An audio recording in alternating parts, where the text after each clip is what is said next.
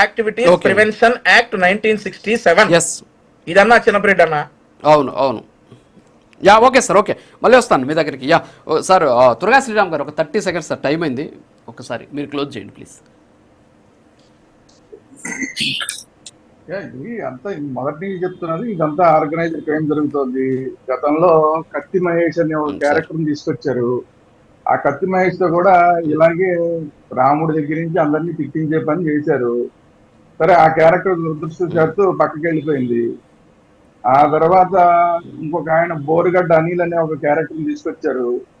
ఆయనతోటి ఇలాంటి పనులే చేయించారు. సరే, ఆయన కూడా జైలుకి వెళ్ళిపోయాడు. సరే, ఆ క్యారెక్టర్ పక్కకి తీశారు.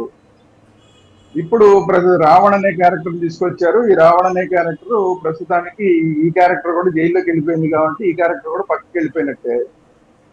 ఇప్పుడు మరి సుగాలి ప్రీతి అనే ఒక క్యారెక్టర్ వచ్చింది. సుగాలి పార్వతి అనే ఆవిడ ఇప్పుడు కొత్తగా ఇప్పుడు ఆవిడ వస్తున్నారు.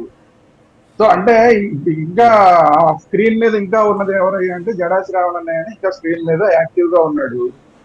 సో ఇదంతా కూడా ఏంటంటే పక్క రాష్ట్రాల్లో ఇంకా చాలా మంది యాక్టివ్ గా ఉన్నారు. ఈ పక్క రాష్ట్రాల వాళ్ళని మనం గమనించకుండా కేవలం ఇక్కడ వాళ్ళని మాత్రమే గమనిస్తూ ఉంటే మాత్రం పప్పులో కాలేసినట్టు అవుతుంది. పక్క రాష్ట్రాల నుంచి మాట్లాడే ఆ పృథ్వీ గాని, పాశం యాదగిరి గాని, లేదంటే ఇంకా కేవీఆర్ అనే ఆయన, ఇలాంటి వాళ్ళు చాలా మంది రోజు రౌండ్ టేబుల్ సమావేశాలు పెట్టే వాళ్ళ మీద గనక ఆంధ్ర ఇంటెలిజెన్స్ ఒక కన్నేసి ఉంచకపోతే మళ్ళీ ఈ రాష్ట్ర ప్రభుత్వాన్ని పడగొట్టే కుట్రలో వాళ్ళు యాక్టివ్ గానే ఉంటారు.